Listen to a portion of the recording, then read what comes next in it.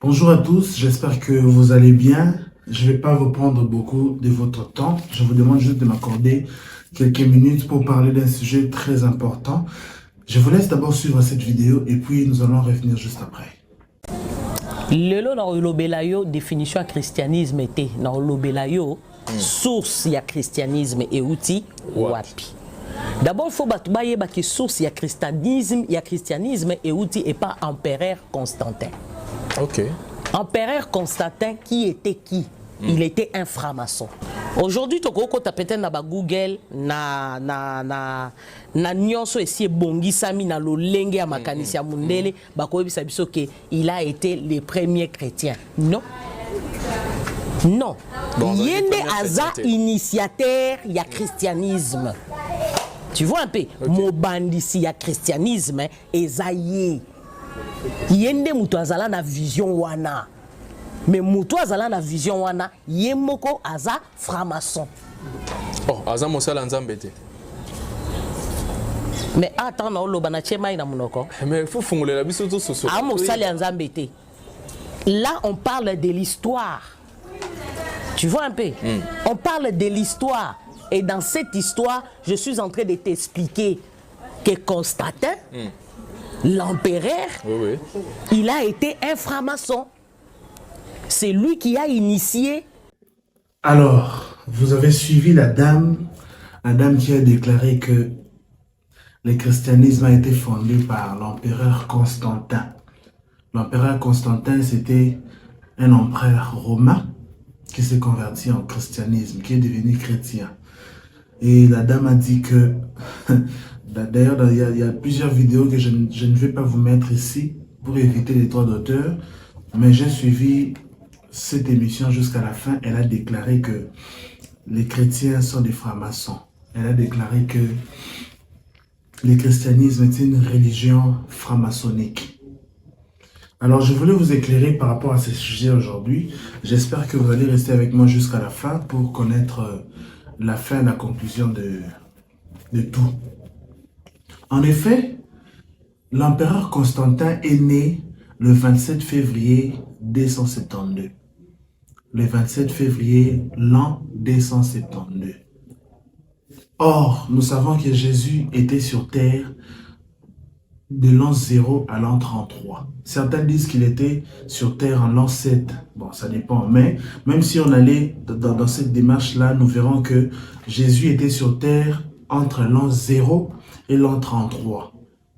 Il est mort, il est ressuscité, il est monté à la droite du Père en l'an 33.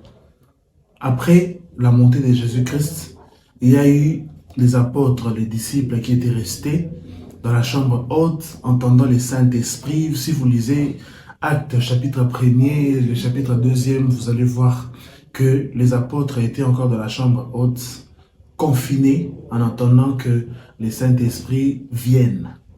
Et une fois que l'Esprit est venu, Pierre a pris la parole, il a prêché, les gens se sont convertis. Après ça, il y a eu des missions. Ils sont allés, comme la Bible dit, aller faire de toutes les nations des disciples. C'est-à-dire, ils sont allés dans toutes les nations, ils sont allés partout. Ils sont allés en mission. À partir de là, l'évangélisation a commencé. Et maintenant, cette dame qui dit que l'empereur Constantin fut le premier chrétien. Je me demande, les chrétiens, les gens que les apôtres ont convertis, ont évangélisés dans le temps après le départ de Jésus-Christ, entre l'an 33, 34, 35, jusqu'à l'an 75. Tous ces gens-là n'étaient pas des chrétiens. Réfléchissons ensemble. Est-ce que ces gens-là n'étaient pas des chrétiens? Confirmez-vous que tous ces gens qui ont été prêchés entre l'an 33, après le départ de Jésus-Christ, jusqu'à l'an 100, ils étaient pas des chrétiens?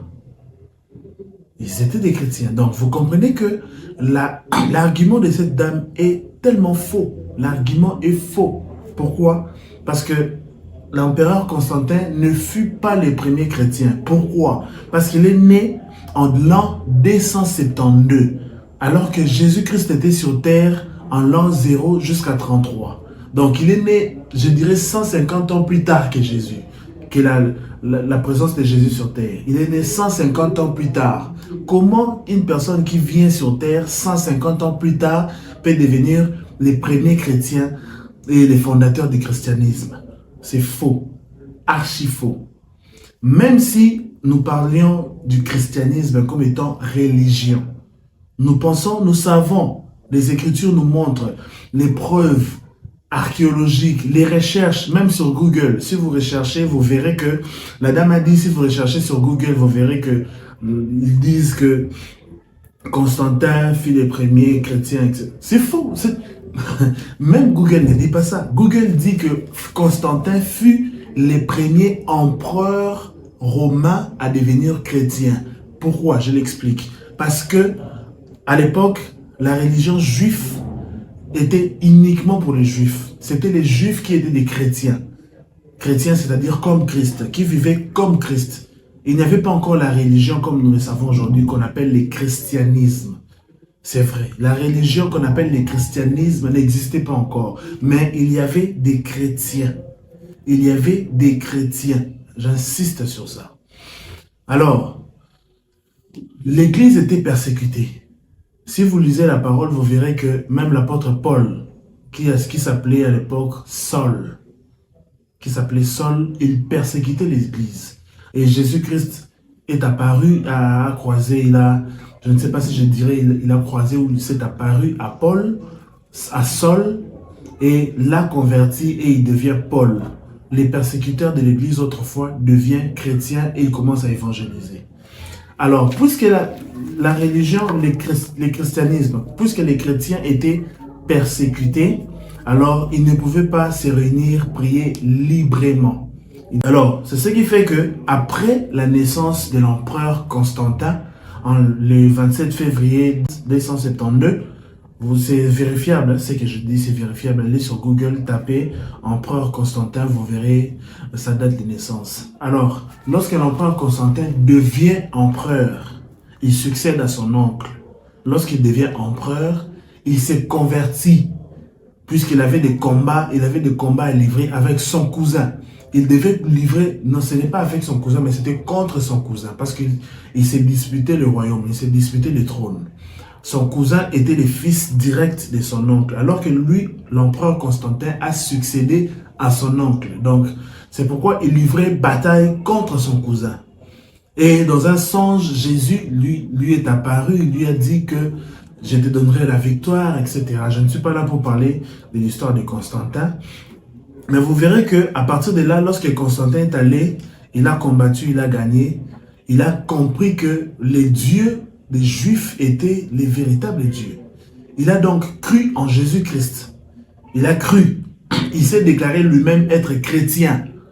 Alors, qu'est-ce qui s'est passé? Les Romains qui persécutaient les Juifs chrétiens, les Romains qui persécutaient les chrétiens ont commencé à avoir peur de persécuter les chrétiens. Pourquoi? Parce que l'empereur, le roi, lui-même s'est déclaré chrétien. Donc, le roi lui-même s'est déclaré chrétien. Alors, si le roi se déclare chrétien, qui va persécuter encore les chrétiens? Il faudra d'abord commencer par persécuter le roi lui-même. Alors, qui va oser le faire?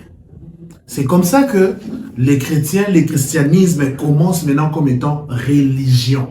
C'est-à-dire, puisque l'empereur est devenu chrétien lui-même, alors l'Église, les apôtres étaient déjà décédés en ce temps-là, les gens qui étaient là, les sacrificateurs, les autorités de l'Église en ce temps-là, se sont réunis maintenant pour commencer à fonder cette religion que nous avons appelée le christianisme. Mais le christianisme existait bien avant que l'empereur Constantin naisse. Je précise ça. Les apôtres, les autorités de l'Église se sont réunis pour former la religion que nous avons appelée le christianisme. C'est ça, en fait, ce qui s'est passé. Et mais le christianisme qui a été formé à partir de là était une religion libre. Et même les Romains se sont adhérés à cette religion. Ils ont cru au Seigneur Jésus-Christ. C'est pourquoi Je précise que l'empereur Constantin n'était pas le premier chrétien et ce n'est pas lui qui a fondé le christianisme, ce n'est pas lui. Lui, il a simplement joué de son influence et parce qu'il était devenu chrétien, il a simplement joué de son influence pour octroyer la liberté aux chrétiens de prier librement, de se réunir librement. Pourquoi? Parce que ils étaient persécutés à l'époque. Parce que le christianisme était persécuté. Bien-aimés, chers abonnés, vous qui me suivez aujourd'hui, ne laissez pas de telles personnes qui disent des atrocités sur le christianisme vous détourner de la bonne foi. Le christianisme est la religion qu'il vous faut. Croire en Jésus-Christ, c'est la vie. La Bible dit, si tu crois au Seigneur Jésus, tu seras sauvé, toi et ta famille. Le christianisme n'a jamais été une religion de francs-maçons. Jamais. C'est vrai, je dois reconnaître qu'il y a certains pasteurs, il y a certains sacrificateurs qui ont mélangé la foi avec la magie. Les camarades juifs, et il y a certains pasteurs qui ont mélangé la foi avec des gris-gris, avec des trucs à gauche et à droite. Ça, c'est vrai. Mais cela ne signifie pas que le christianisme en soi est une religion des francs-maçons. C'est faux et archi faux. Je vous assure, vous qui êtes chrétiens, vous êtes sur la bonne voie. Vous qui êtes chrétiens, vous êtes dans la bonne religion. Vous croyez au vrai Dieu. Rassurez-vous. Restez chrétiens et demeurez chrétiens. Merci beaucoup.